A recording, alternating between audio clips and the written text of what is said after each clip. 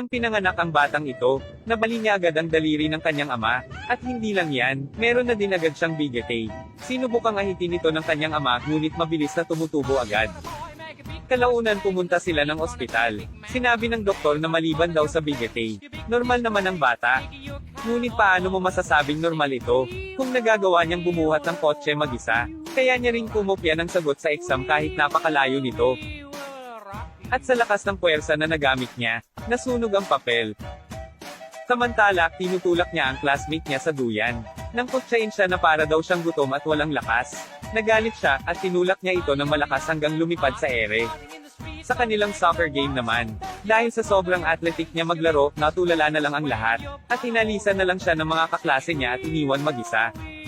Nagtataka siya dahil wala naman siyang ginawang masama, at nalungkot na lang.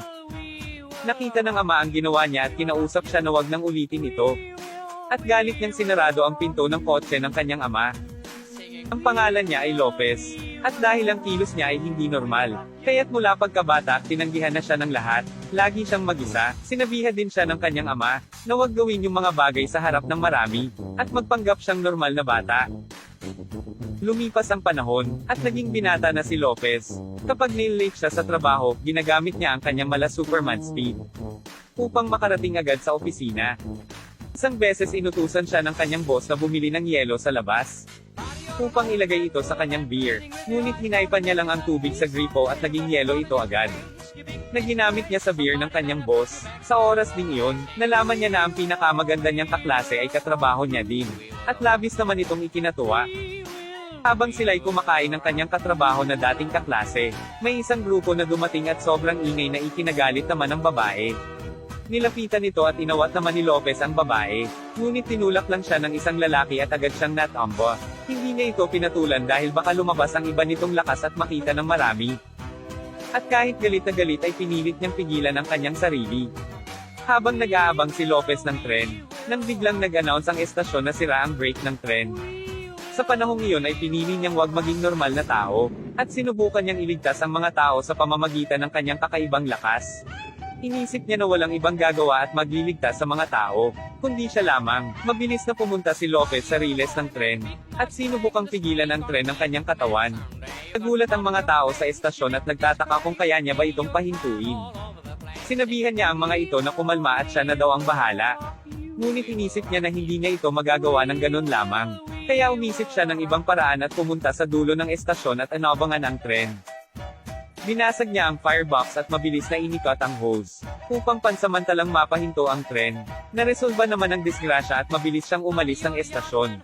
Ngunit hindi inaasahan na nalaman ang kanyang katauhan, at pinapanood siya ng may-ari ng isang technology company. Nung araw ding iyon ay inimbita siya ng katrabaho niya na kumain sa labas. Nang may kakaibang ingay siyang narinig habang siya ay nasa loob ng bus, at sinabihan siya na puntahan ang address na ibinigay sa kanya. Para maintindihan ni Lopez ang nangyayari, pumunta siya sa technology company para makita ang mistress. Sinabi ng mistress sa kanya na siya ay isang ampon at isa siyang alien. Natulala si Lopez at hindi naniwala sa sinasabi ng mistress sa kanya. Sinabihan din siya nitong sumama sa kanya at bumalik sila sa kanilang tunay na planeta. Ngunit hindi pumayag si Lopez at tumalikod para umalis. Nang biglang tinawag ng mistress ang kanyang mga alagad para pigilan si Lopez.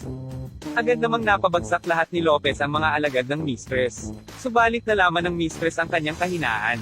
At ito ay ang kanyang katrabaho na dati niyang kaklase. Nagawa nitong kunin ang DNA ng babae at gumawa ng robot para gamitin kay Lopez. Upang malaman niya ang tunay na katauhan, umuwi siya sa kanyang mga magulang upang itanong kung ampun talaga siya. Sinabi naman sa kanya ang totoo, ngunit tinuring naman siya na tunay na anak. At sinamahan siya sa kanilang bodega. Namangha si Lopez sa nakita niyang airship. Pinindot niya ito at isang itsurang tao ang lumabas upang ipaliwanag ang lahat sa kanya. Si Lopez ay isa talagang alien. Ngunit sa labis na taglay niyang kapangyarihan, gusto siyang kunin ni Scorba. Kaya naman naisipan ng kanyang mga magulang, pinadala siya nito sa Earth. Pinadala naman ni Scorba ang anak niyang babae sa Earth upang hanapin si Lopez. Natama naman ng airship ni Lopez ang isang satellite at napunta siya sa Spain. At natagpuan siya ng mga magulang niya ngayon na umampon sa kanya. Ang anak naman ni Scorba ay ang mistress na may-ari ng technology company. Samantala, nadiskubre ng ina ni Lopez ang isang damit at binigay kay Lopez, upang gamitin ito sa mga labanan ng kanyang anak. Habang gamit ni Lopez ang bagong suit, nadiskubre niya na kaya niya palang lumipad at sinubukan niya itong gamitin. Dahil hindi pa gamay nito ang bagong kapangyarihan, napunta siya sa Atlantic Ocean. Nakita niya ang isang lalaki doon at nagtanong kung paano makauwi ulit sa kanila. Nang makauwi siya, dumating naman ang kanyang katrabaho sa bahay nila. Ngunit nagtaka siya nang bigla siya nitong yakapin.